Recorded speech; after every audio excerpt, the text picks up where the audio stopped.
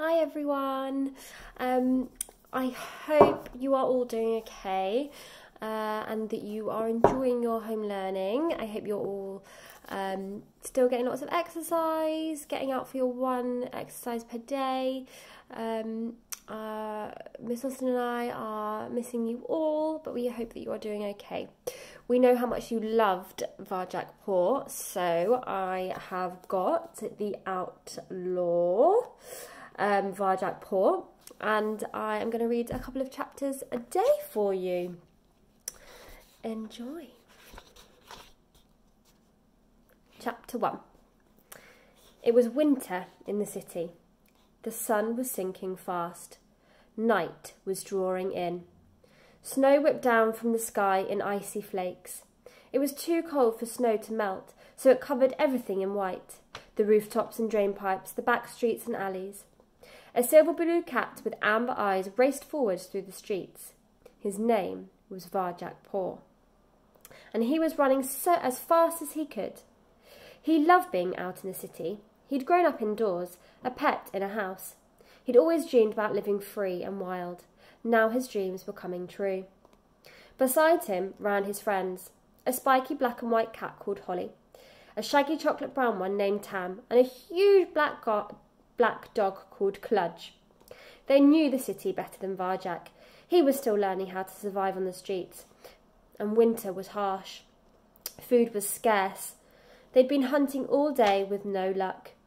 Now they were going to the city dump, hoping to find some scraps the people had thrown away.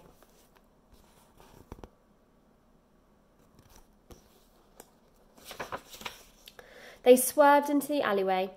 A rusting iron gate loomed up before them, rattling in the wind. It was the entrance to the dump. Far away on the main road, traffic rumbled and roared, but here the cars were all broken down. Their windscreens were smashed, their tyres slashed. Fragments of shattered glass stuck out of the snow. They could rip a cat's paws to pieces. So this is it, thought Varjak, the city dump. Can't we keep hunting? He said. I've got a good feeling. We're going to catch a mouse. We've got to. I wish we could, panted Tam. I'm starving. Me too, said Holly.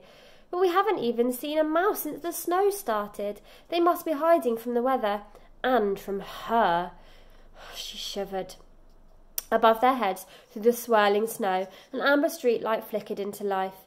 Day was almost done. Nightfall was close. Holly and Tam shifted about on their paws. Even Cludge seemed nervous.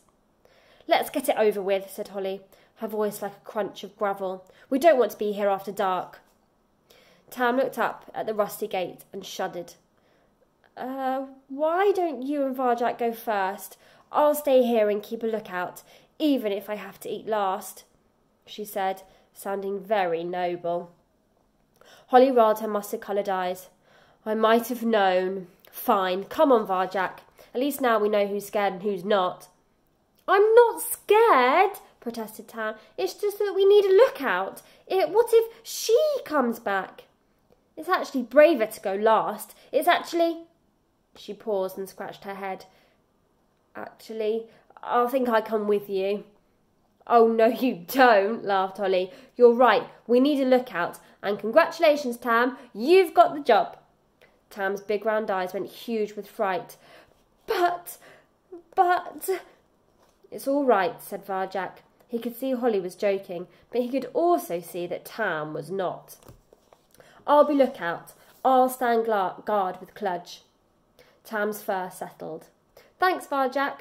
I'll save you some food, if we find any. Holly and Tam crept forward through the snow, past hulking, smashed-up cars, picking their way over shattered glass towards the gate. Chains and padlocks hung from it, clattering in the wind. But they found gaps, cracks, ways through that people would never think of. In moments, Varjak and Cludge stood alone. Thud. Thud. Thud. Varjak's fur prickled. He thought he could hear something behind him. A cat's thumping tail? Something was moving. Something was watching him. He turned, stared into the darkness at the top of the alley. No one there. Just snow. Rubbish. plastic bags, scraps of paper swirling in the wind. Thud. Oh, of course. Now he knew what the noise was. His own heart thumping in his chest. He breathed out, feeling foolish. Tam had made him jumpy. He turned to Kludge. The big dog wagged his tail. Varjak, he barked. Varjak's scared of rubbish. He stretched out a huge paw and swatted away a scrap of paper. Not be scared, he panted. Kludge here. Varjak smiled. Kludge always made him feel better. After all, what was there to be afraid of when they had a massive dog on their side? Even Holly and Tam were a bit nervous around Kludge, still getting used to the idea of being friends with the dog. Only Varjak had seen the truth. That for all his strength and size, Kludge sometimes felt as scared and lonely as any cat. How about you, Kludge? He asked. You okay? Kludge cold, said the dog. Kludge hungry. But Kludge happy with Varjak. His tail wagged again, and Varjak felt glad he'd stayed out here after all. He didn't want to go into the dump anyway. What was the best they could find? Some mouldy old rubbish? That was no way for a cat to live. He could do better than that, especially if he used his powers. For Varjak he knew a secret that gave a cat great power. It was called the Way. There were 7 skills in the Way. He'd learned them in his dreams, where he'd visited the ancient land of Mesopotamia and had trained by the warrior cat Jalal. He settled down by a car and closed his eyes. He remembered Jalal's voice, coming at him through the Mesopotamian night. The first skill is open mind. Varjak cleared his mind of thoughts. He made himself calm and still, open to everything. Now, the second skill. Awareness. He let his senses flow into the city.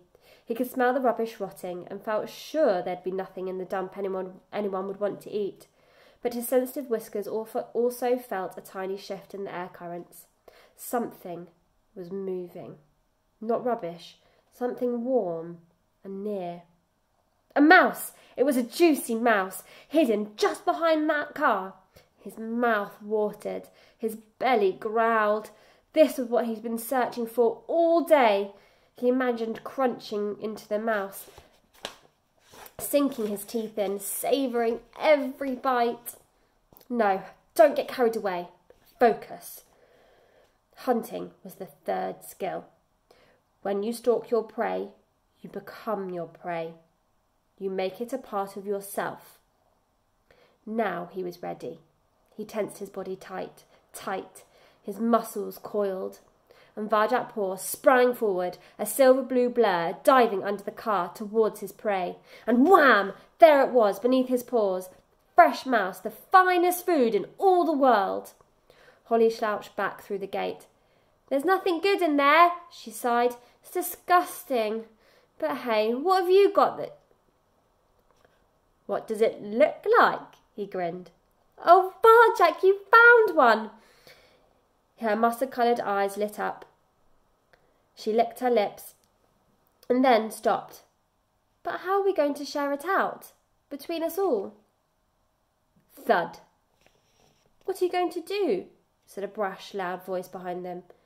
Is give that mouse to us. Chapter 2 tomorrow. If you do have access to Twitter, the author, S.F Said, is doing some live questions and answers. So think of lots of questions that you would like to ask S.F Said. You can tweet them to him, and then next Tuesday he'll be doing a live answer session. So get on Twitter if you can. Have a good day.